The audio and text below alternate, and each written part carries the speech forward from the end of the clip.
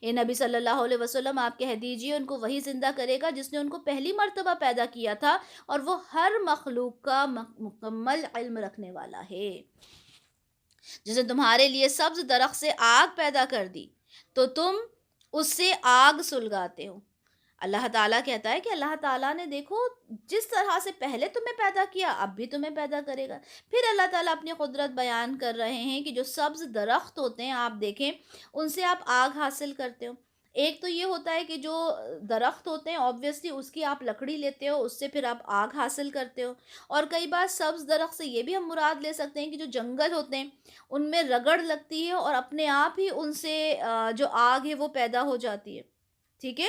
تو دونوں ہی طریقے ہیں، ہم اس کی لکڑی سے بھی آگ جلاتے ہیں اور کئی بار جنگل میں ویسے ہی آگ لگ جاتی ہے۔ تو اللہ تعالیٰ یہاں پھر اپنی قدرت کو بیان کر رہے ہیں۔ تو کیا جس نے پیدا کیا آسمانوں کو اور زمین کو وہ اس پر قادر نہیں ہے کہ ان جیسی مخلوق دوبارہ پیدا کر دے؟ کیوں نہیں، جبکہ وہ تو بہت تخلیق فرمانے والا، سب کچھ جاننے والا ہے۔ دیکھیں یہاں پر اللہ تعالیٰ کیا فرما رہے ہیں کہ انسان دوبارہ پیدا کیا جائے گا، اور اللہ تعالیٰ کے لیے کوئی بڑی بات نہیں ہے کہ اس کو دوبارہ پیدا کیا جائے۔ اور یہاں پر کیا فرمایا ہے، یہاں فرمایا ہے اللہ تعالیٰ نے کہ اس جیسا ہی جسم اللہ تعالیٰ اس کو دے دیں گے۔ اب آپ اس جیسے جسم سے کیا مراد سمجھیں، کیونکہ انسان تو چورا چورا ہو گیا، ہڈی ہڈی ہو گیا، قبر میں بالکل اس کا کچھ بھی وجود نہیں بچا۔ اب اس کے بعد کبھی آپ لوگوں نے سوچا ہے کہ جب آپ اٹھائے جاؤ گے تو آپ کب کس عمر میں اٹھائے جاؤ گے؟ کوئی انسان 50 سال میں مرتا ہے، کوئی 60 سال میں مرتا ہے، کوئی 20 سال میں مرتا ہے، تو کس عمر میں اس کو اٹھایا جائے گا؟ تو یہاں پر اس جیسا ہی جسم آپ کو دے دیا جائے گا، مطلب یہ ہے کہ آپ کے اعمال کے اکارڈنگ آپ کو ایک نیا جسم دے دیا جائے گا۔ یہ مسند احمد کی 1335 اور سلسلۃ الصحیحہ کی 1505 میں آپ دیکھو کہ جب انسان اٹھایا جائے گا تو وہ 30 سال کا ہوگا۔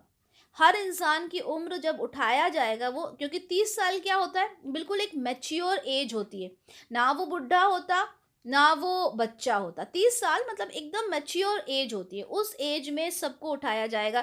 اور ہم اپنا بھی جسم دیکھیں نا، کیا ہمارا جسم ایک سا ہوتا ہے؟ بچپن میں ہمارا جسم الگ ہوتا ہے، جوانی میں الگ ہوتا ہے، ہر ہر 2-4 سال میں آپ کا جسم بدلتا ہے۔ آپ اپنے بچے کو دیکھو، آج سے 1 سال 2 سال پہلے وہ الگ تھا، ابھی دیکھو گے تو آپ کو الگ نظر آئے گا۔ اپنے آپ کو دیکھ لو، اپنے آپ کو آئینے میں دیکھو، آپ بولو گے یار 10 سال پہلے میں کیسی لگتی تھی، ہوتا ہے نا یہ۔ تو اپنا جسم جو ہے وہ بدلتا رہتا ہے۔ سیم وے کہ اگر انسان یہ سوچے کہ جب میں مر کے اٹھوں گا تو میں کیسا ہوں گا، میں کیسا دکھوں گا، ٹھیک ہے۔ تو یہاں پہ اللہ تعالیٰ نے فرما دیا، حدیث کے تھرو ہمیں بتا دیا کہ جب انسان اٹھایا جائے گا تو وہ 30 سال کا ہوگا، ٹھیک ہے۔ یہ حدیث آپ لوگ دیکھ لیجئے گا۔ آیت نمبر 82، اس کے امر کی شان تو یہ ہے کہ جب وہ کسی شے کا ارادہ کر لیتا ہے تو وہ کہتا ہے ہو جا، اور وہ ہو جاتی ہے۔ یہ بہت خوبصورت الفاظ ہیں قرآن کے کہ کن فیکون، اللہ تعالیٰ کہتا ہے ہو جا اور وہ ہو جاتا ہے۔ یہ بہت بہت خوبصورت چیز ہے کہ ہم چیزوں کو ہمیں چیزوں کی ضرورت ہوتی ہے، یہ کیسے ہوگا، یہ کیسے کیا جائے گا، لیکن اللہ تعالیٰ تو کہتے ہیں ہو جا اور بس وہ ہو جاتا ہے۔ تو بڑی بابرکت ہے وہ ذات جس کے قبضہ قدرت میں ہر شے کا اختیار ہے، اور اسی کی طرف تم سب لوٹا دیے جاؤ گے۔ ہر انسان کو اسی کی طرف لوٹ کر جانا ہے۔ ہم چاہے زندگی میں کچھ بھی کر لیں، ہم چاہے کتنی بھی دولت کما لیں، لیکن ہمیں لوٹ کر اللہ کی طرف ہی جانا ہے۔ یہاں پر ہماری سورہ یاسین ہماری ختم ہوتی ہے الحمدللہ۔ سورہ صافات کا آغاز کرتے ہیں، بسم اللہ الرحمن الرحیم، والصافات صفا، قسم ہے ان فرشتوں کی جو قطار در قطار صفے باندھے حاضر رہتے ہیں۔ اچھا چلیں پہلے اس کو تھوڑا سا سمجھ لیں۔ سورہ صافات یہ بالکل ابتدائی زمانے کی صورت ہے، ٹھیک ہے، جو مکی دور کی بالکل شروع کی صورت ہے، جہاں پر جو کفار مکہ تھے، ٹھیک ہے، وہ بہت ظلم و ستم کر رہے تھے آپ صلی اللہ علیہ وسلم کے ساتھ۔ یہ اس زمانے کی صورت ہے، ٹھیک ہے، اور آپ کا مذاق اڑایا کرتے تھے، آپ کی بات کو ماننے کے لیے تیار نہیں ہوتے تھے، اور آپ کو ہر طرح سے اذیت پہنچانے کی کوشش کرتے تھے۔ تو اللہ تعالیٰ نے یہاں پر فرمایا ہے اسی سورہ کے اندر کہ دیکھو ایک وقت ایسا آ جائے گا کہ جب تم غالب آؤ گے، ٹھیک ہے، تم غالب آ جاؤ گے اور اللہ کے لشکر جو ہوں گے وہ ہر جگہ تم ان کو دیکھو گے، اللہ کے لشکر کون ہے؟ ظاہر سی بات ہے رسول اللہ صلی اللہ علیہ وسلم اور ان کے صحابہ۔ تو اللہ تعالیٰ نے مکی صورت کو، آپ سمجھ رہے ہیں، مکی دور وہ تھا جب کوئی دور دور تک اندازہ نہیں تھا کہ اسلام اس قدر پھیل جائے گا، یہ صحابہ اس طرح غالب ہو جائیں گے، بلکہ ایسا لگتا تھا اس زمانے میں ایسا لگتا تھا کہ یہ جو ان گھاٹیوں سے، ان وادیوں سے یہ آگے جائے گا بھی یا نہیں جائے گا یہ دین، ٹھیک ہے، لیکن ہم جانتے ہیں کہ یہ دین جو ہے، یہ جو اسلام ہے، یہ ہمیشہ سے تھا اور ہمیشہ تک رہے گا۔ تو اس زمانے میں یہ سورہ نازل ہوئی اور اللہ تعالیٰ نے یہ خوشخبری دے دی تھی کہ ایسا نہیں ہے، تم بہت جلدی غالب آنے والے ہو، اور ہوا بھی ہے کہ آپ دیکھیں کچھ سالوں کے بعد ہی اللہ تعالیٰ نے فتح دی، ٹھیک ہے، مسلمانوں کو، مسلمان غالب آئے اور جس مکہ سے ان کو نکالا گیا تھا اسی مکہ میں وہ واپس آ گئے۔ لیکن جب یہ سورہ نازل ہوئی تھی وہ بہت مشکل دور تھا، جو کفار مکہ تھے وہ بہت زیادہ اذیت دیتے تھے آپ صلی اللہ علیہ وسلم کو، ان کے صحابہ کو۔ ہم نے پڑھا ہے کہ کس طرح سے ان کو اذیتیں دی جاتی تھیں، گرم ریت پر ان کو لٹا دیا جاتا تھا، آپ صلی اللہ علیہ وسلم کی ذات مبارک کے ساتھ کیا کچھ کیا جاتا تھا۔ ایسے وقت میں اللہ تعالیٰ نے یہاں پر ان کو خوشخبریاں سنائیں، آگے چل کر انشاءاللہ ہم پڑھیں گے بھی۔ تو یہاں پر کیا فرمایا جا رہا ہے؟ قسم ہے ان فرشتوں کی جو قطار در قطار صفے باندھے حاضر رہتے ہیں۔ اچھا یہاں پر دیکھیں مسلسل 3 آیتوں میں اللہ تعالیٰ نے فرشتوں کی قسم کھائی ہے، ٹھیک ہے، فرشتوں کی الگ الگ طریقے سے۔ یہاں پر کیا کہا گیا؟ جو صفے باندھے کھڑے رہتے ہیں۔ ہم جانتے ہیں کہ فرشتے جو ہوتے ہیں اللہ کے حکم کے لیے صفے باندھے کھڑے رہتے ہیں، ٹھیک ہے۔ تو یہاں پر اللہ تعالیٰ فرما رہے ہیں، قسم کھا رہے ہیں کہ ان فرشتوں کی قسم جو صفے باندھے کھڑے رہتے ہیں۔ پھر آیت نمبر 2 میں کیا قسم کھائی؟ پھر قسم ہے ان کی جو ڈانٹنے والے ہیں۔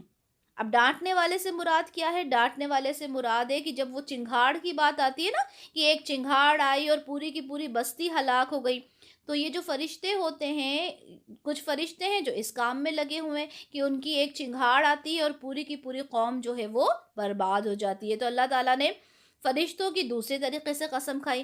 پھر تیسری طرح سے اللہ تعالیٰ نے قسم کھائی کہ پھر قسم ہے ان کی جو تلاوت کرنے والے ہیں ذکر کی، یعنی کچھ فرشتے ہیں جو صف باندھے کھڑے ہیں، کچھ ہیں جو ڈرانے والے ہیں، کچھ فرشتے ہیں جو اللہ تعالیٰ کی تلاوت کرنے میں مشغول ہیں۔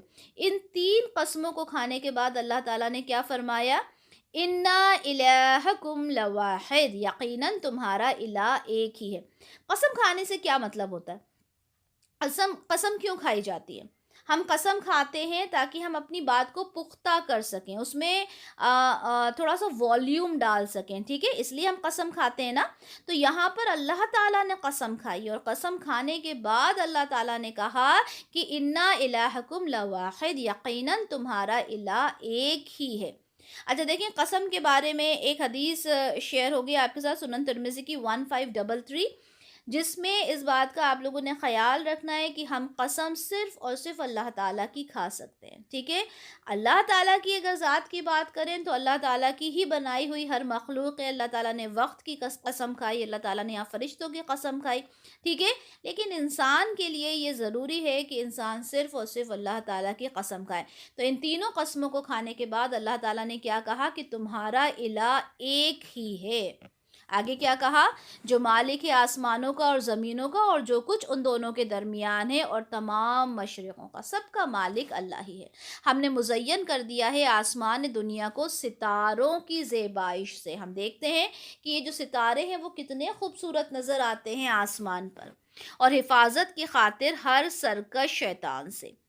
اچھا دیکھیں یہ جو ستارے ہوتے ہیں یہ ہماری حفاظت کرتے ہیں، خوبصورتی پیدا کرتے ہیں، ٹھیک ہے، جب ہم دیکھتے ہیں بہت خوبصورت لگتا ہے آسمان، اور یہ شیطان سے بھی حفاظت کرتے ہیں۔ کیسے؟ ہم بہت بار الحمدللہ یہ چیز پڑھ کر آ چکے ہیں کہ جو شیطان ہوتے ہیں وہ ایک کے اوپر ایک چڑھ کر کیا کوشش کرتے ہیں کہ کسی طرح سے ملائکہ کی، فرشتوں کی باتوں کو سن سکیں، ٹھیک ہے، اور جب وہ سننے کے لیے جاتے ہیں تو جو یہ جو ستارے ہوتے ہیں یہ ایز اے میزائل ان کے اوپر چھوڑے جاتے ہیں، شیطان کے اوپر، تاکہ وہ وہاں سے بھاگ جائیں۔ تو یہاں پہ اللہ تعالیٰ کیا فرما رہے ہیں، اور حفاظت کی خاطر ہر سرکش شیطان سے، ٹھیک ہے۔ یہاں پہ سلسلۃ الصحیحہ کی 2 حدیث بھی شیئر کی گئی ہیں کہ دیکھیں یہ جو ستارے ہیں نا، یہ ستاروں کو اگر آپ سوچیں، سلسلۃ الصحیحہ کی 2442، صحیح بخاری کی 846، اگر آپ یہ سوچیں کہ یہ جو ستارے ہیں یہ کوئی بہت بڑی چیز ہے، کوئی اعلیٰ چیز ہے، تو یہ تو اللہ تعالیٰ کی بنائی ہوئی چیز ہے، اور اس کے اندر کوئی ایسی کوئی امپورٹنس نہیں ہے، ٹھیک ہے۔ اللہ تعالیٰ نے اس کی امپورٹنس بتا دی کہ وہ خوبصورتی پیدا کرتے ہیں آسمان میں، اور جب شیطان وہاں پہ فرشتوں کی باتیں سننے آتے ہیں تو ان سے بھی حفاظت کی جاتی ہے، اس سے زیادہ کچھ بھی نہیں ہے، ٹھیک ہے۔ وہ سن نہیں پاتے ملائے اعلیٰ کی بات، اور ان کو مار پڑتی ہے ہر طرف سے، کس کو؟ شیطان کو، بھگانے کے لیے، اور ان کے لیے پھر ایک دائمی عذاب ہے، سوائے اس کے جو کوئی اچک لے کوئی چیز تو اس کا پیچھا کرتا ہے ایک چمکتا ہوا انگارہ۔ تو کوئی شیطان اگر سن لیتا ہے، سن کے آگے آتا ہے کسی کاہن کو بتانے کے لیے، تو اس کا پیچھا کرتا ہے ایک انگارہ۔ یہ بھی ہم بہت اچھے سے پڑھ کے آ چکے۔ تو اے نبی صلی اللہ علیہ وسلم ان سے پوچھئے کیا ان کی تخلیق زیادہ مشکل ہے یا وہ کچھ جو ہم نے پیدا کیا ہے؟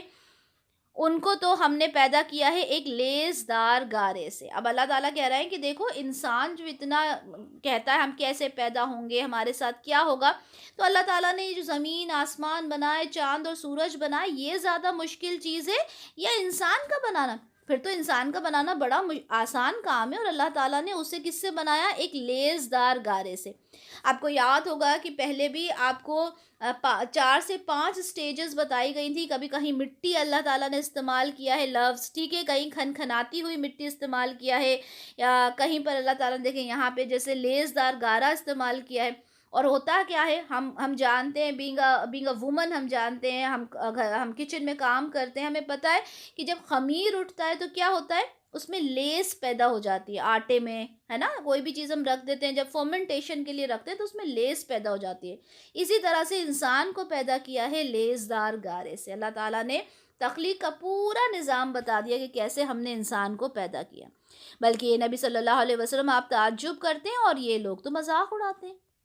آپ ان چیزوں پہ تعجب کرتے ہیں لیکن یہ لوگ تو ان چیزوں کا مذاق اڑاتے ہیں، اور جب انہیں نصیحت کی جاتی ہے تو وہ نصیحت حاصل نہیں کرتے، اور جب کوئی نشانی دیکھتے ہیں تو مذاق اڑاتے ہیں اور کہتے ہیں کہ یہ تو کچھ نہیں ہے مگر ایک کھلا جادو ہے۔ یعنی ہر معجزے کو دیکھ کر، ہر بات کو دیکھ کے وہ کیا کہتے تھے؟ یہ تو کچھ بھی نہیں ہے، یہ تو صرف ایک جادو ہے۔ وہ کہتے ہیں کیا جب ہم مر جائیں گے اور مٹی اور ہڈیاں ہو جائیں گے تو کیا ہمیں دوبارہ اٹھایا جائے گا؟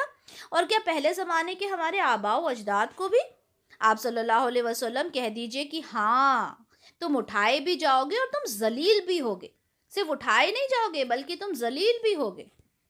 بس وہ ایک زور کی ڈانٹ ہوگی تو جبھی وہ زندہ ہو کر دیکھنے لگیں گے، جب قیامت آئے گی تم لوگ مر جاؤ گے، ایک چنگھاڑ آئے گی اور سارے کے سارے لوگ اٹھ کر کھڑے ہو جائیں گے اور وہ کہیں گے ہائے ہماری شامت، یہ تو بدلے کا دن ہے، بدلے کا دن آ گیا یہ تو۔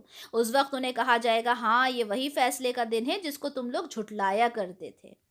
یہ یہاں پہ رکو نمبر 1 ختم ہوتا ہے ہمارا، رکو نمبر 2 کی طرف چلتے ہیں۔ آپ دیکھیں واپس وہی بات جو ابھی ہم نے پہلے پڑھی تھی، یہاں بھی وہی بات دہرائی گئی کہ جب قیامت کا منظر ہوگا نا تو ہر انسان کو اٹھایا جائے گا اور وہ ہر انسان پہچان لے گا کہ ہاں یہ قیامت کا دن ہے۔ پھر حکم دیا جائے گا جمع کرو ان سب ظالموں کو اور ان کے ساتھیوں کو اور ان کو بھی جن کی یہ لوگ پوجا کیا کرتے تھے اللہ کے سوا، پھر ان سب کو جہنم کا راستہ دکھاؤ اور انہیں ذرا روکو۔ ابھی ان سے کچھ پوچھا جائے گا، ابھی پہلے تو کہہ دیا سب کو جمع کرو، انہیں جہنم میں بھیجیں گے، پھر اللہ تعالیٰ کہیں گے رکو ذرا ان سے تھوڑی بات کر لیں ہم، پھر ان کو بھیجیں گے۔ کیا بات کریں گے؟ یہ تمہیں کیا ہو گیا ہے، تم ایک دوسرے کی مدد کیوں نہیں کر رہے؟ اب آپ دیکھیں، آپ جسٹ امیجن کریں کہ اللہ تعالیٰ اب ان کو پہلے تو بول دیا کہ جاؤ جہنم میں، پھر ان سے پوچھا جا رہا ہے ارے تم نے بڑی جلدی سے میری بات مان لی،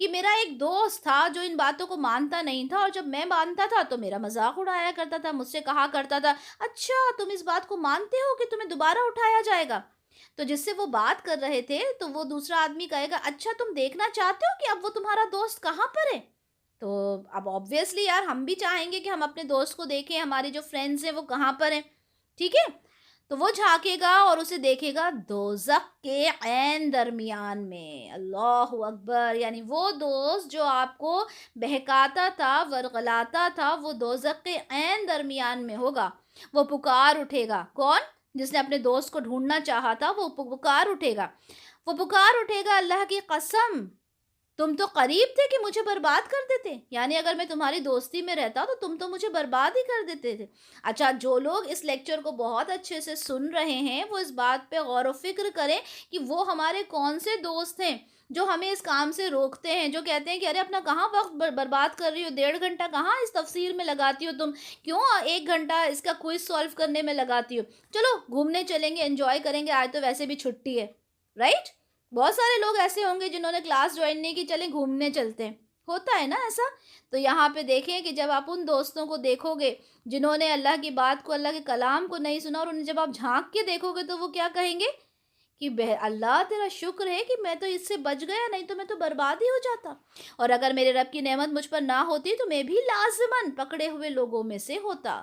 تو کیا اب ہمیں مرنا تو نہیں؟ اچھا، اب اس کے بعد وہ کیا پوچھے گا کہ اچھا اب یہ سب ہو گیا، ایسا تو نہیں اب ہم دوبارہ مر جائیں گے، پھر مرنے کے بعد ہمارا حساب کتاب ہوگا سوائے ہماری اس پہلی موت کے، اور اب ہمیں کوئی عذاب تو نہیں دیا جائے گا؟ یعنی اب کوئی دوبارہ سے تو فلٹریشن نہیں ہوگا، آپ کہیں دوبارہ سے تو جہنم جنت کا تذکر یہاں پہ حساب کتاب نہیں ہوگا۔ اب دیکھیں اہل جنت کتنے ڈاؤن ٹو ارتھ ہیں، ایسا نہیں کہ اوکے اب تو ہم جنت میں آ گئے، اب تو ہمارے لیے ہر چیز ہے، ہمیں جیسے رہنا ہے رہے، نہیں، ڈر اس وقت بھی، اللہ کا خوف اس وقت بھی ان کو ہوگا کہ ایسا تو نہیں کہ ہم دوبارہ سے مار دیے جائیں اور پھر ہمارا حساب کتاب ہو۔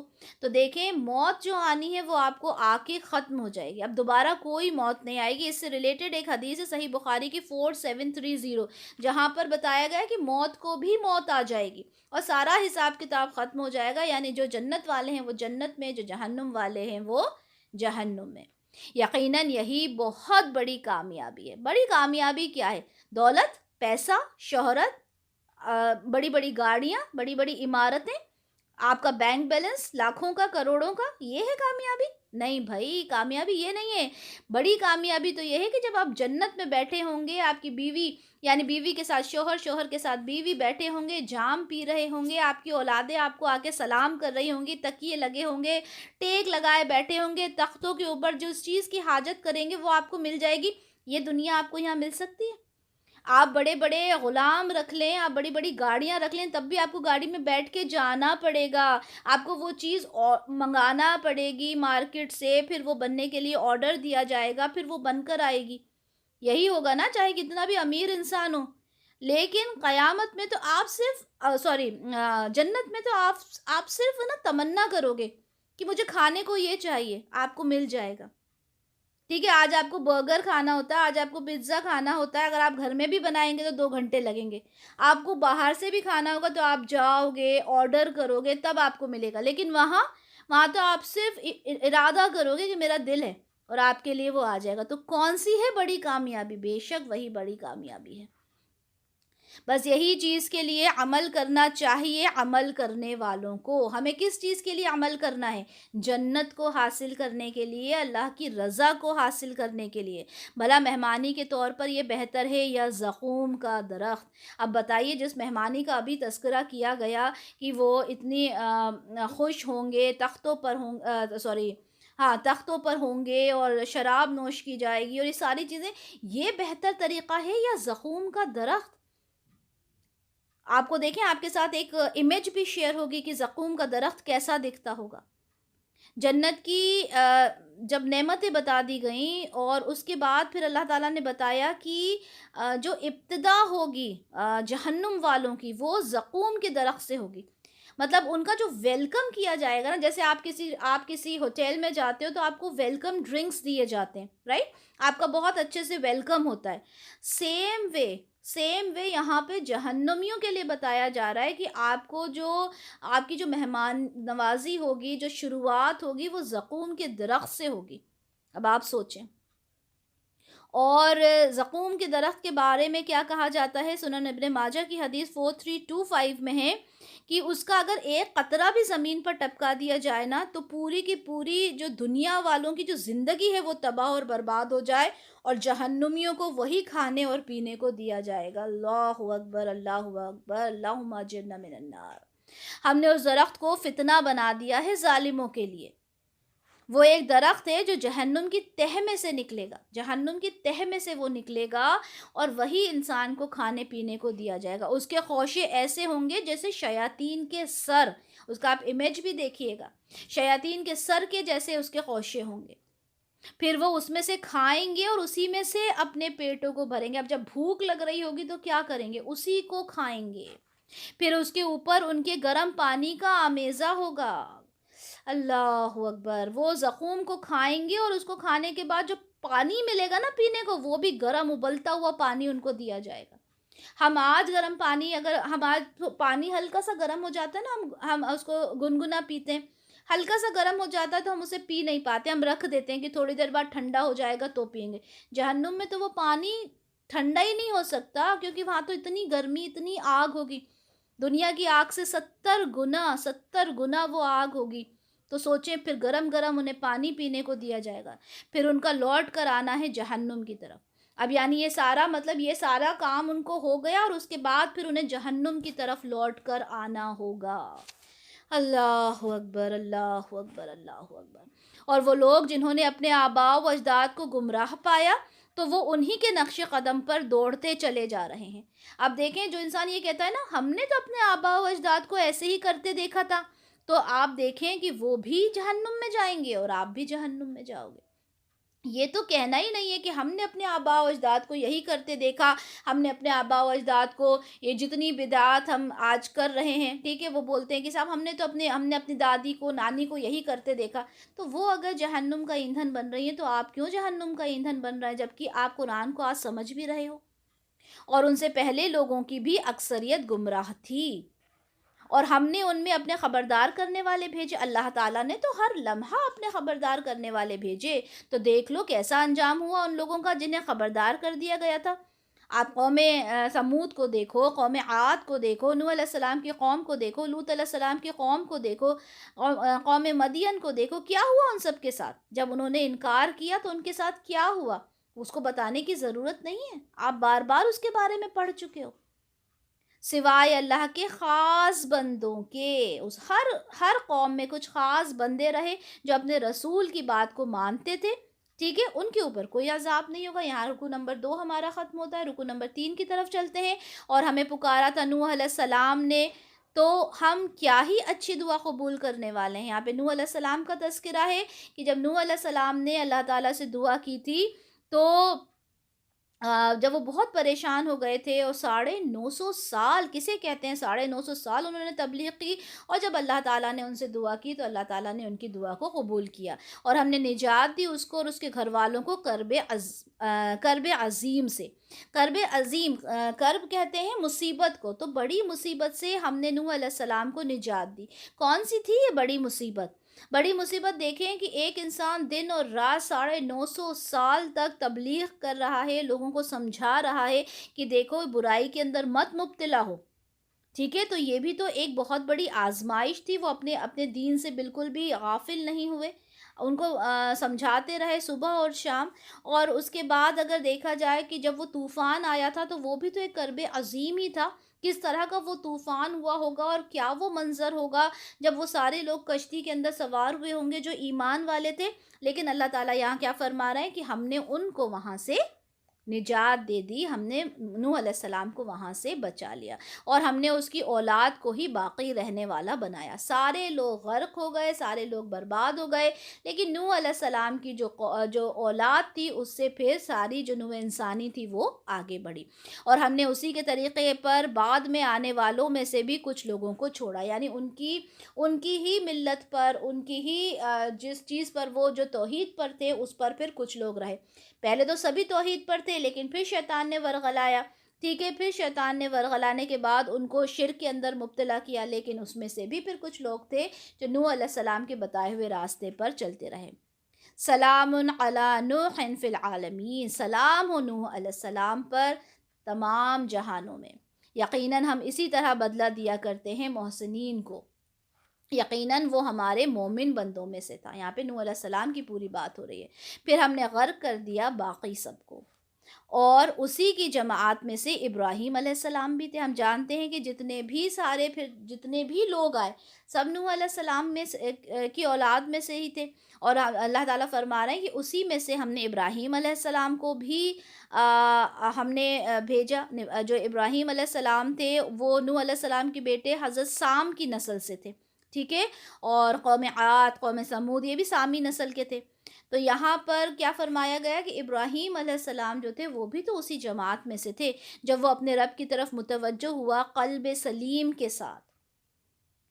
یہاں پہ ابراہیم علیہ السلام کا تذکرہ آ رہا ہے کہ دیکھیں کیونکہ ان کا جو قلب تھا، ان کا جو دل تھا، وہ سلیم الفطرت پہ تھا۔ انہوں نے اپنے باپ کو نہیں مانا، انہوں نے قوم کو نہیں مانا، انہوں نے بتوں کو نہیں مانا۔ کیوں؟ کیونکہ ان کا جو دل تھا وہ اللہ کو جانتا تھا، اللہ کو پہچانتا تھا۔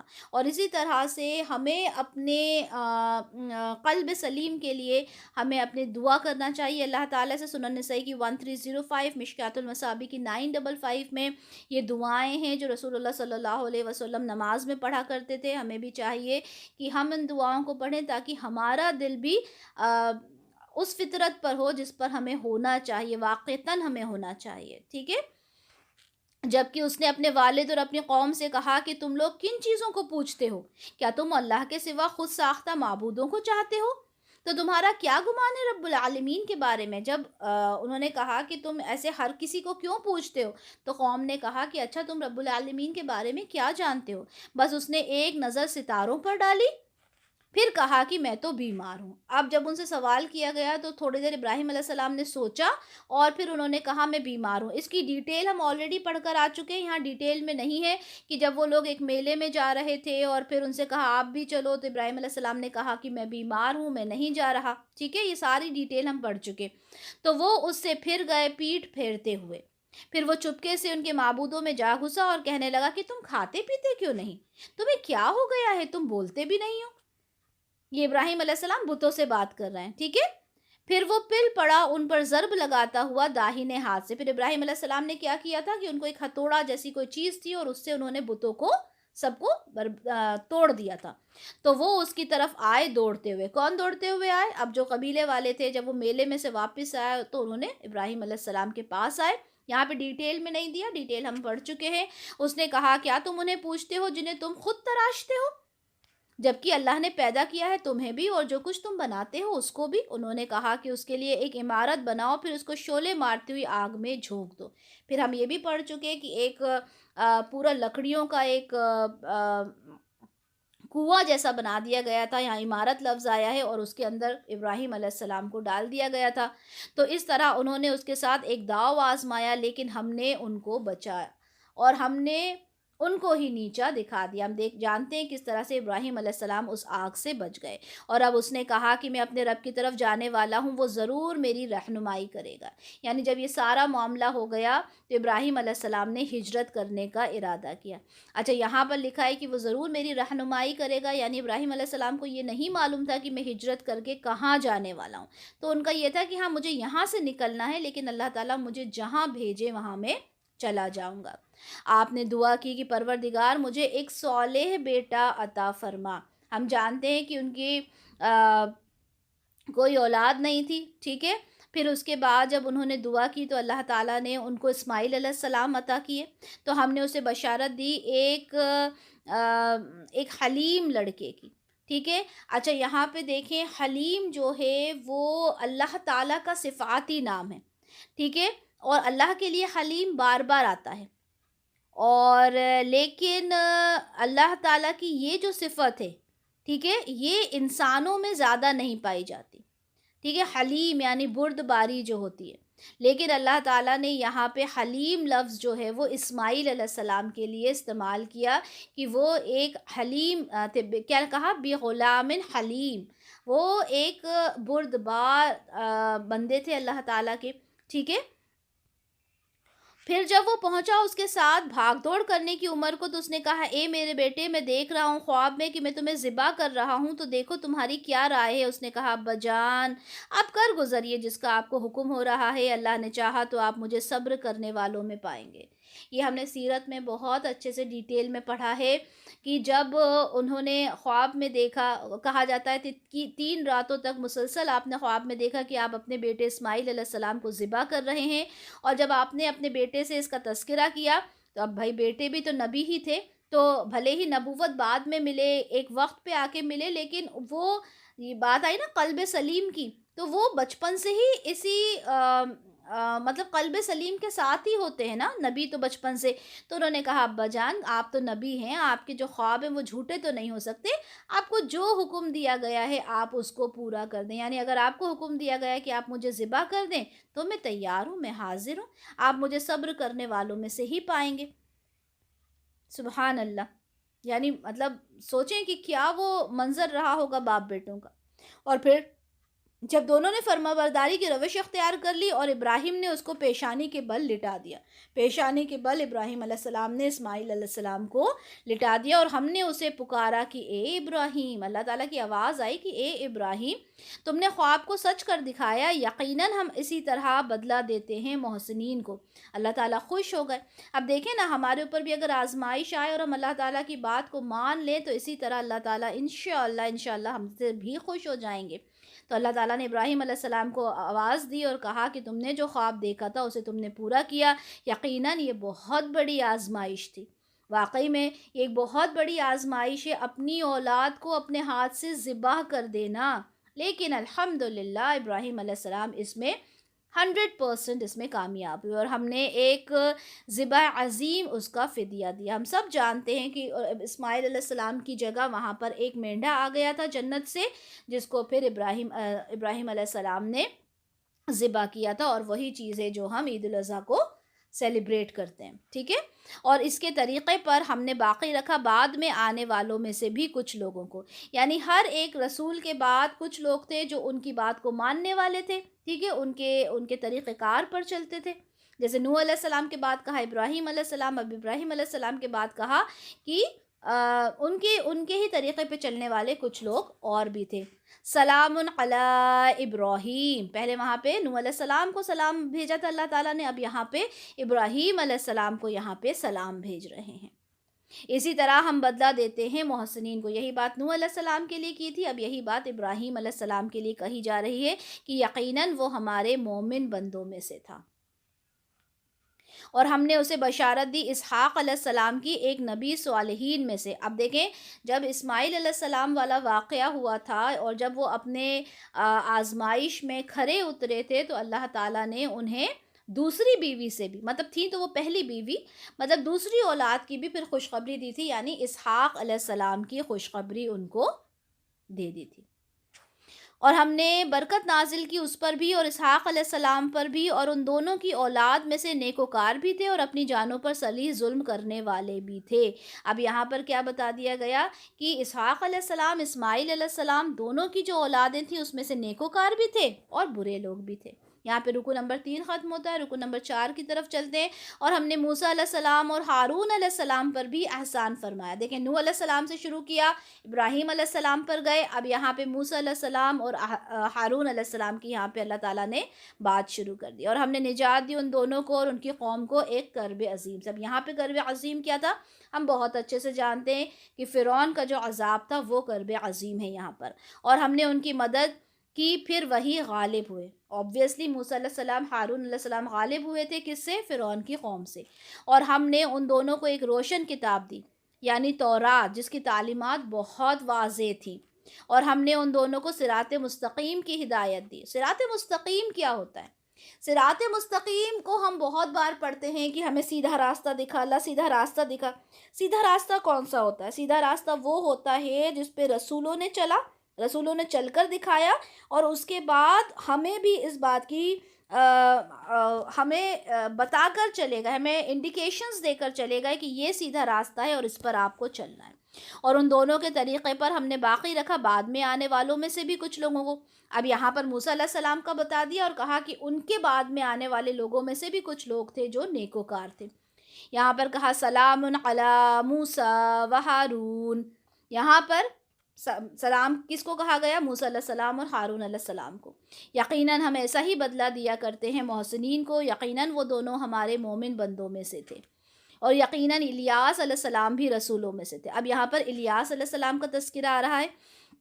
الیاس علیہ السلام بنی اسرائیل میں سے تھے، ٹھیک ہے، اور دو مقام پر آپ کا ذکر ملتا ہے، ایک تو یہاں اور دوسرا سورہ انعام کی آیت نمبر 85 میں، ٹھیک ہے، ان کا تذکرہ ملتا ہے۔ حضرت الیاس علیہ السلام ہارون علیہ السلام کی نسل میں سے تھے، ٹھیک ہے، اور آپ کہاں پر مبعوث ہوئے تھے؟ آپ بعل بک، ٹھیک ہے، بعل بک کر کے ایک شہر تھا، وہاں پر آپ مبعوث ہوئے تھے، اور یہاں پہ سانڈ کی شکل میں ایک بہت بڑا بت بنایا گیا تھا جس کا نام تھا بعال، اور اس بت کے نام پر ہی اس شہر کا نام رکھا گیا تھا۔ اچھا دیکھیں، جب بنی اسرائیل مصر سے نکلے اور جب وہ فلسطین وغیرہ میں آباد ہوئے، اور انہوں نے کیا کیا اس کے بعد وہاں پہ جب آباد ہو گئے تو تورات کی جو احکام تھے اس کو ماننے سے انہوں نے انکار کیا، اور مشرک قوموں کے ساتھ انہوں نے رشتہ کیا، شادی وغیرہ کی، ٹھیک ہے، اور انہی کے جو ان کا جو رواج تھے، ان کی جو زندگی تھی، اسی کے اندر وہ رچ بس گئے تھے۔ کون؟ بنی اسرائیل، ٹھیک ہے۔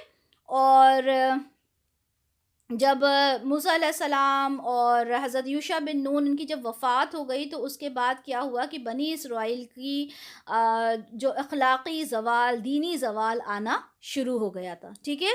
اور جب زوال آیا تو اس زمانے میں کیا ہوا؟ بعال کی جو پرستش تھی وہ شروع کر دی گئی، اور لوگوں نے اس کے اوپر اس کو اللہ تعالیٰ کا شریک بنا لیا، اور وہاں پر ایک پلیس بنائی ذبح کرنے کی، مذبح جسے کہا جاتا ہے، جہاں پر وہ قربانیاں دیا کرتے تھے اس کے نام پر، اور اس کو بعل کے نام پر، اور اس کو اپنا معبود انہوں نے بنا لیا تھا اسی وقت میں۔ اور یہ وقت کب ہوا؟ جب حضرت طالوت آئے، داؤد علیہ السلام آئے، سلیمان علیہ السلام آئے، انہوں نے ان چیزوں کو ختم کر دیا، ٹھیک ہے، یہ سارا جو شرک تھا یہ سارا سب کچھ ختم کر دیا۔ لیکن جب سلیمان علیہ السلام کی وفات ہوئی اس کے بعد واپس، کیونکہ ان کے دل کے اندر یہ چیزیں، یہ گائے کی محبت اور یہ ساری محبت اتنی رچی بسی تھی کہ انہوں نے پھر سے اسی کام کو دوبارہ شروع کر دیا، ٹھیک ہے۔ اور جب سلیمان علیہ السلام کی وفات ہو گئی تو اس کے بعد وہ جو سلطنت تھی وہ دو ٹکڑوں میں جو تھی وہ تقسیم ہو گئی تھی ان کی اولادوں میں، اور اس کے بعد اس طرح کی جو بت پرستی تھی اور یہ جو بعل کا جو معاملہ ہوا اس میں وہ بہت زیادہ ملوث ہو گئے، ٹھیک ہے۔ تو اسی زمانے میں کیا تھا کہ وہاں کا ایک بادشاہ تھا جس کا نام تھا اخی اب، اس نے یہاں کا ابھی اس وقت جو لیبنن ہے وہاں کے بادشاہ کی لڑکی تھی ایزابل، یہ جو ساری ڈیٹیلز ہیں ہمیں تورات اور انجیل میں ملتی ہیں، ٹھیک ہے، اور یہ مودودی صاحب کی تفسیر میں ہے، تو میں اس کی تھوڑی سی ڈیٹیل آپ کو بتا دیتی ہوں کہ عقی اب جو تھا وہاں کا بادشاہ، اس نے جو لیبنن، جو ابھی لیبنن ہے، وہاں کے بادشاہ کی بیٹی تھی ایزابل، اس سے شادی کی، اور مشرک تھے وہ، تو یہ جو بہت زیادہ شرک اس وقت جو تھا اپنی انتہا کو پہنچ گیا، ٹھیک ہے، اور اس کی وجہ سے جو عقی اب تھا جو بنی اسرائیل کا بادشاہ تھا وہ بھی مشرک ہو گیا، اور اس نے اس بعل کا مندر بنایا اور اس کا مذبح جہاں پہ ذبح کیا جاتا وہ تعمیر کیا، ٹھیک ہے، پوری طرح سے جو شرک تھا اس وقت بالکل عروج پر پہنچ گیا تھا۔ تو یہی وقت تھا جب حضرت الیاس علیہ السلام نمودار ہوئے، ان کا جب مطلب حضرت الیاس علیہ السلام اسی وقت میں اسی زمانے میں آئے، اور انہوں نے اخی اب کو کہا کہ دیکھو یہ سب تم مت کرو، یہ جو کچھ تم کر رہے ہو یہ غلط بات ہے۔ آبویسلی کوئی بھی رسول، کوئی بھی نبی جب اپنی بات کو سمجھانے کی کوشش کرتا ہے، سامنے والا سنتا نہیں ہے، ٹھیک ہے؟ تو انہوں نے کہا کہ دیکھو تم اس بات کو اگر نہیں مانو گے، انہی گناہوں میں اگر تم ملوث رہو گے، تو ایسا ایک وقت آئے گا کہ بارش بالکل نہیں ہوگی۔ تو یہی ہوا کہ آپ نے جو کہا تھا تو بارش نہیں ہوئی قریباً 3.5 سال تک، ٹھیک ہے؟ قریباً 3.5 سال تک بارش نہیں ہوئی تھی، اور اب جب بارش آبویسلی 3.5 سال تک اگر بارش نہیں ہوگی تو بڑی پرابلم کریٹ ہو جائے گی، آبویسلی سوکھا پڑے گا۔ تو جو یہ اخی اب تھا، اس نے کہا حضرت الیاس سے کہ آپ دعا کریں اللہ تعالیٰ سے، اور بارش کے لیے دعا کریں۔ تو حضرت الیاس علیہ السلام نے کہا کہ ٹھیک ہے میں بارش کے لیے دعا کرتا ہوں، لیکن اب انہیں بتانا بھی ضروری تھا کہ جس کی تم لوگ پوجا کرتے ہو وہ ایک اچھی چیز نہیں ہے جس کی تم لوگ پوجا کر رہے ہو۔ تو انہوں نے کیا کیا، وہی جو جہاں پہ ان سب کو جہاں پہ یہ لوگ ذبح کرتے تھے وہاں پہ وہی جو قربانی کا سلسلہ تھا ہم پڑھ چکے کہ جس کی قربانی قبول ہوتی تھی اس کو ایک آگ آتی تھی اور وہ اٹھا کر لے جاتی تھی، ٹھیک ہے؟ اور جس کی قربانی قبول نہیں ہوتی تھی تو کیا ہوتا تھا، اس کو وہ آگ چھوتی بھی نہیں تھی۔ تو یہی کام الیاس علیہ السلام نے کیا، اور انہوں نے جو وہاں کے جو پجاری تھے جو اس کی عبادت کیا کرتے تھے، ان کو بلایا اور کہا کہ ٹھیک ہے آپ بھی قربانی دیں اور میں بھی قربانی دیتا ہوں، دیکھتا ہوں کس کی قربانی قبول ہوتی ہے۔ اچھا آبویسلی اللہ کے رسول جو ہوتے ہیں وہ حق پر ہوتے ہیں، ان کی قربانی قبول ہوئی، اور جتنے بھی وہ پجاری تھے، جتنے بھی لوگ اس بیل کو کی عبادت کیا کرتے تھے، ان سب کو قتل کروا دیا گیا، ٹھیک ہے؟ تو یہ ہوا۔ اب اب یہ چیز تو ہو گئی ختم، لیکن یہ جو ان کی بیوی تھی، ٹھیک ہے، جو اخی اب کی جو بیوی تھی، وہ یہ سب دیکھنے کے باوجود بھی اسلام اس نے مطلب ایمان نہیں لے کر آئی، ان ساری باتوں پہ رسول کے اوپر ایمان نہیں لے کر آئی، اور اس نے کہا کہ حضرت الیاس علیہ السلام کی وہ دشمن ہو گئی، اور اس نے کہا کہ جس طرح اس نے بعل کے پجاریوں کو قتل کر دیا ہے، میں چاہتی ہوں کہ الیاس علیہ السلام کو بھی اسی طرح سے قتل کر دیا جائے۔ اب ہوا یہ کہ حضرت الیاس علیہ السلام جو تھے وہ وہاں سے ملک کو چھوڑ کر وہ کوہ سینا میں چلے گئے، ٹھیک ہے؟ اور وہاں پر انہوں نے اللہ تعالیٰ سے بہت دعائیں کی، اس کی بہت ساری ڈیٹیل اور بھی موجود ہے، ٹھیک ہے؟ پھر اس کے بعد انہوں نے اللہ تعالیٰ سے دعائیں کی اور اللہ تعالیٰ نے ان کی دعاؤں کو قبول کیا، اور پھر اس کے بعد حضرت الیاس علیہ السلام واپس وہاں پر گئے جہاں پہ بنی اسرائیل تھے، اور انہوں نے اخی اب کو اور اس کے بعد اس کے بیٹے کو راہ راست پر لانے کی مسلسل کوشش کی، مگر وہ اس بات پہ آمادہ ہوئے ہی نہیں، ٹھیک ہے؟ اور جیسا کہ انہوں نے اللہ تعالیٰ سے دعا کی تھی، اور رسول کی جو دعا ہوتی ہے وہ ضرور قبول ہوتی ہے، اور دعا کہہ لیں یا بد دعا کہہ لیں، اس کی وجہ سے جو اخی اب کا پورا جو گھرانہ تھا وہ ختم ہو گیا، اور اللہ تعالیٰ نے اپنے نبی کو اپنے پاس بلا لیا، ٹھیک ہے؟ تو یہ حضرت الیاس علیہ السلام کے بارے میں کچھ ڈیٹیل ہے جو قرآن میں نہیں ملتی، بائبل تورات میں اس کا تذکرہ ہے، اور جو چیزیں ہمارے ایمان کو سے نہیں ٹکراتی، ٹھیک ہے، ہم ان چیزوں کو لے سکتے ہیں، ان چیزوں کو تورات اور انجیل سے لے سکتے ہیں جو ہمارے ایمان سے نہیں ٹکراتی، ٹھیک ہے؟ یہ مودودی صاحب کی تفسیر ہے، اور اس میں سے یہ میں نے چیزیں یہاں پر نوٹ ڈاؤن کی ہیں، ٹھیک ہے؟ تو یہاں الیاس علیہ السلام کو آپ نے اچھے سے سمجھ لیا، ان کے بارے میں آگے کیا فرمایا ہے، جب اس نے اپنی قوم سے کہا کیا تم تقوی اختیار نہیں کرتے، کیا تم بعل کو پکارتے ہو، بہترین خالق کو چھوڑ دیتے ہو، یعنی اللہ جو تمہارا رب ہے اور تمہارے پہلے آباء و اجداد کا بھی رب ہے، تو انہوں نے اس کو جھٹلا دیا، چنانچہ وہ سب قیامت کے دن حاضر کر لیے جائیں گے، سوائے اللہ کے ان بندوں کے جنہوں نے خالص کر لیا گیا۔ اب ظاہر سی بات ہے اس وقت بھی کچھ لوگ ہوں گے جو خالص اللہ کی عبادت کرنے والے ہوں گے، اور اسی کے طریقے پر ہم نے باقی رکھا بعد میں آنے والوں میں سے کچھ اور لوگوں کا۔ اب یہاں پہ الیاس علیہ السلام کے بعد بھی وہی بات کی کہ بعد میں آنے والوں میں سے بھی ہم نے کچھ کو سلامت رکھا، اور یہاں پہ پھر اللہ تعالیٰ نے سلامتی بھیجی ہے، سلام بھیجا ہے کس کو؟ الیاس علیہ السلام کو، یقیناً ہم اسی طرح بدلہ دیا کرتے ہیں محسنین کو، یقیناً وہ ہمارے مومن بندوں میں سے تھا۔ اب یہاں پہ اس کے بعد لوط علیہ السلام کا تذکرہ شروع ہو گیا۔ یقیناً لوط علیہ السلام بھی رسولوں میں سے تھا۔ جب ہم نے نجات دی اس کو اور اس کے گھر والوں کو، سب کو، سوائے ایک بڑھیا کے جو پیچھے رہ جانے والوں میں سے تھی، یعنی کہ ان کی بیوی، پھر ہم نے جڑ سے اکھاڑ کر پٹخ دیا باقیوں کو، اور تم لوگ گزرتے ہو ان کے کھنڈرات پر صبح کے وقت بھی اور رات کو بھی، تو کیا تم عقل سے کام نہیں لیتے؟ وہ سارے کھنڈرات لوط علیہ السلام کے آج بھی موجود ہیں، اس قبیلے کے، اس قوم کے، تو کیا تم لوگ سمجھتے نہیں ہو؟ اور یقیناً یونس علیہ السلام بھی رسولوں میں سے تھا، جب وہ بھاگ کر پہنچا اس کشتی کی طرف جو پہلے سے ہی بھری ہوئی تھی۔ یونس علیہ السلام کے بارے میں ہم پڑھ چکے ہیں کہ انہوں نے اپنی قوم کو جب سمجھایا اور اللہ کا حکم آنے سے پہلے ہی وہ وہاں سے نکل کے چلے گئے تھے۔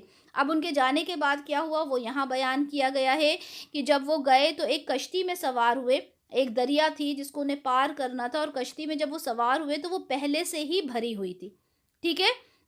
یہاں پر کیا کہا گیا؟ از ابقا، ابقا کہتے ہیں ایسے غلام کو جو اپنے آقا سے بھاگا ہوا ہو۔ اب آپ دیکھیں کہ رسول کے لیے بھی اللہ تعالیٰ نے یہ لفظ استعمال کیا کہ وہ اللہ تعالیٰ کے فرمان سے پہلے ہی ہجرت کر کے چلے گئے تھے، اور یہ کسی رسول کے لیے الاؤڈ نہیں ہے کہ وہ دنیا مطلب اپنے قوم کو چھوڑ کر پہلے ہی چلا جائے۔ تو جب وہ وہاں پہنچے تو وہ کشتی پہلے سے ہی بھری ہوئی تھی، تو انہوں نے قرعہ ڈالا تو وہ ہو گیا ڈھیل، دھکیل دیے جانے والوں میں سے۔ تو اب وہ وہاں کا جو انچارج ہوگا، جو کشتی چلانے والا ہوگا، جو مین وہاں کا جو انسان تھا، اس نے یہ کہا کہ ہمیں قرعہ اندازی کرتے ہیں، کیونکہ اکثر یہ ہوتا ہے کہ جو اللہ کی طرف سے یا اپنے مالک سے جو بھاگا ہوا ہوتا ہے، اس کی وجہ سے جو کشتی ہوتی ہے وہ آگے نہیں بڑھ پاتی ہے یا وزن زیادہ ہوتا جاتا ہے، واٹ ایور، تو ہم قرعہ اندازی کرتے ہیں، جس کا نام آئے گا اس کو ہم پانی میں ڈال دیں گے۔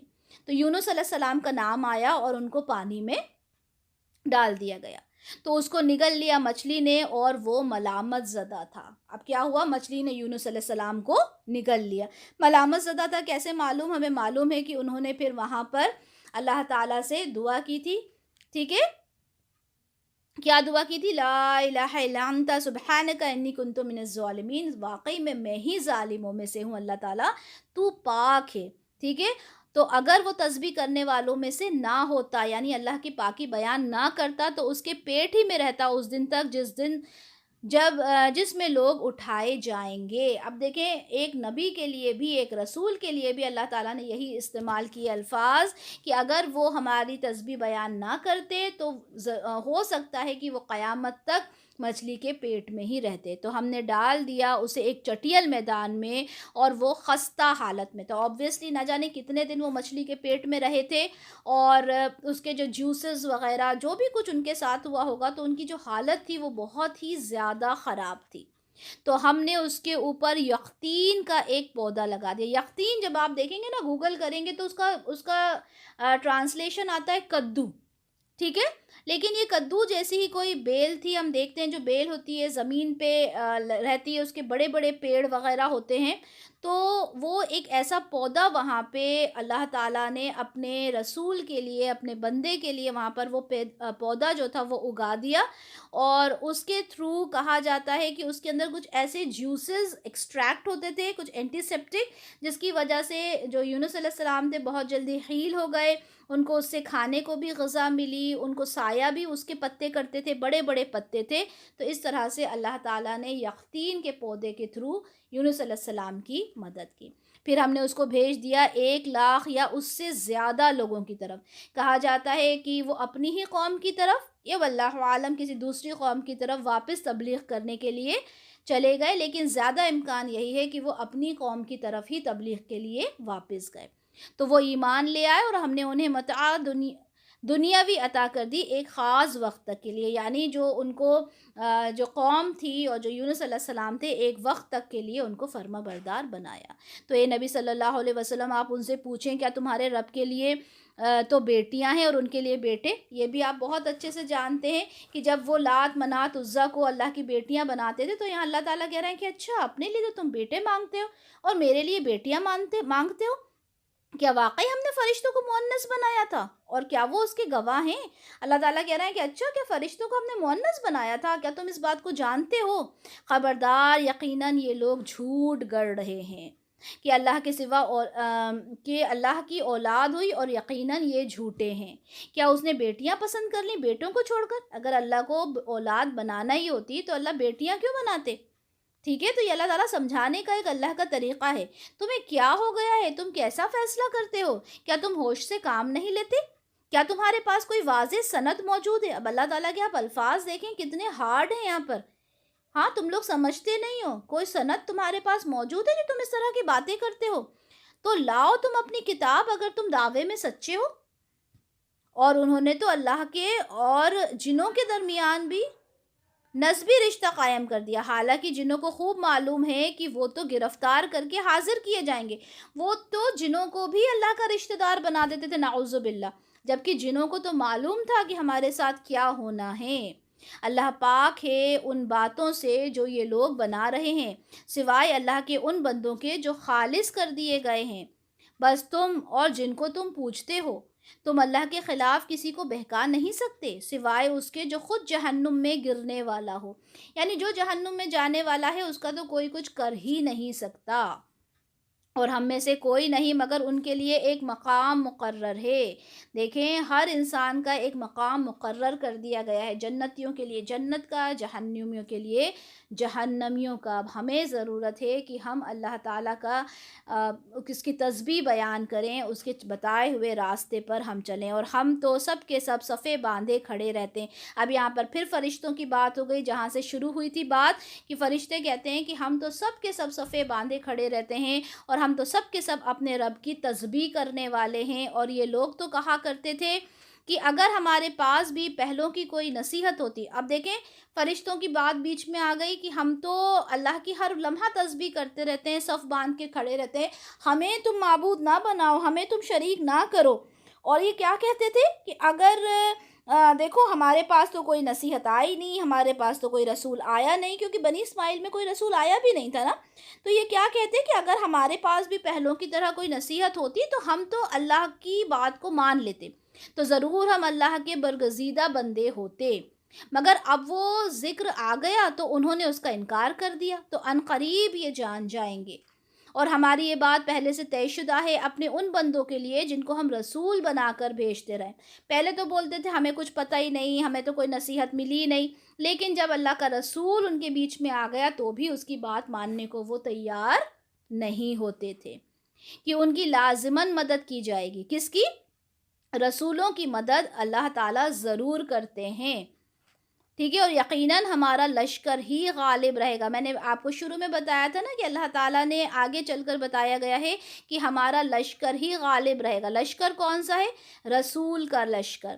اچھا دیکھیں یہاں پر آیت نمبر 172 میں کیا کہا؟ ان کی لازماً مدد کی جائے گی۔ یہاں پر ایک پوائنٹ نوٹ کر لیں آپ لوگ کہ رسول کی مدد بے شک اللہ تعالیٰ ضرور کرتے ہیں، کیونکہ رسول جو ہوتا ہے وہ کبھی بھی قتل نہیں کیا جاتا، ٹھیک ہے، اس کو آپ پریشان کر سکتے ہو، اذیت دے سکتے ہو، لیکن وہ کبھی بھی قتل نہیں کیے جاتے۔ جس طرح سے کہا جاتا ہے کہ رسول اللہ صلی اللہ علیہ وسلم کی بڑی خواہش تھی کہ مجھے یہ لوگ شہید کر دیں، لیکن ہم جانتے ہیں کہ رسول کو کسی بھی قیمت پہ قتل نہیں کیا جا سکتا۔ عیسیٰ علیہ السلام بھی ہم جانتے ہیں کہ انہیں ایسے کہ ایسے ہی آسمان میں اٹھا لیا گیا۔ رسول اللہ صلی اللہ علیہ وسلم کو کتنی کوشش کی جو کفار تھے کہ ان کو مار دیں، لیکن ایسا نہیں ہو پایا، ٹھیک ہے۔ تو اللہ تعالیٰ کہہ رہے ہیں کہ ہمارا ہی لشکر جو ہے وہ غالب آئے گا۔ تو اے نبی آپ ان سے ذرا رخ پھیر لیجئے ایک وقت تک کے لیے، اور آپ انہیں دیکھتے رہیے، عن قریب وہ بھی دیکھ لیں گے۔ آپ انہیں دیکھیں تو صحیح، آپ ذرا اطمینان تو لیں، وہ بھی آپ کو عن قریب دیکھ لیں گے۔ تو کیا یہ لوگ ہمارے عذاب کے بارے میں جلدی مچا رہے ہیں؟ تو جب وہ نازل ہوگا ان کے میدان میں تو وہ بہت بری صبح ہوگی ان لوگوں کی جنہیں خبردار کر دیا گیا تھا، یعنی جہنم کا جو وقت ہوگا وہ بہت برا ہوگا۔ اور آپ رخ پھیر لیجئے ان کی طرف سے ایک وقت تک کے لیے۔ رسول اللہ صلی اللہ علیہ وسلم سے کیا کہا جا رہا ہے کہ آپ ایک کام کریں، آپ ان سے تھوڑا سا ذرا دور تو ہو جائیں، آپ ان سے ذرا سا رخ تو پھیریں، اور آپ دیکھتے رہیں، عن قریب وہ بھی دیکھ لیں گے۔ پاک ہے پاک ہے آپ کا رب، عزت اور اقتدار کا مالک ان تمام باتوں سے جو یہ لوگ بنا رہے ہیں، اور سلام ہو تمام رسولوں پر، اور کل حمد اور تمام شکر اللہ کے لیے ہے جو تمام جہانوں کا رب ہے۔ کتنی خوبصورت بات آخر میں آئی جو ہم لوگ پڑھتے ہیں، سبحان ربک رب العزت عما یصفون وسلام علی المرسلین والحمد للہ رب العالمین۔ الحمدللہ، یہ جو مجلس ختم ہونے کی دعا ہے ایک طرح سے الحمدللہ الحمدللہ، ہم نے اس دعا کو بھی پڑھ لیا، اور یہاں پر ہماری سورہ صافات بھی الحمدللہ الحمدللہ اس کا اختتام ہوا، اور اللہ تعالیٰ سے بہت ساری دعائیں کریں کہ ہم نے یہاں جو بھی کچھ پڑھا اللہ تعالیٰ اس پہ عمل کی توفیق دے، آمین یا رب العالمین۔ سبحانک اللہم و بحمدک، اشہد ان لا الہ الا انت استغفرک و اتوب الیک۔ السلام علیکم ورحمۃ اللہ وبرکاتہ۔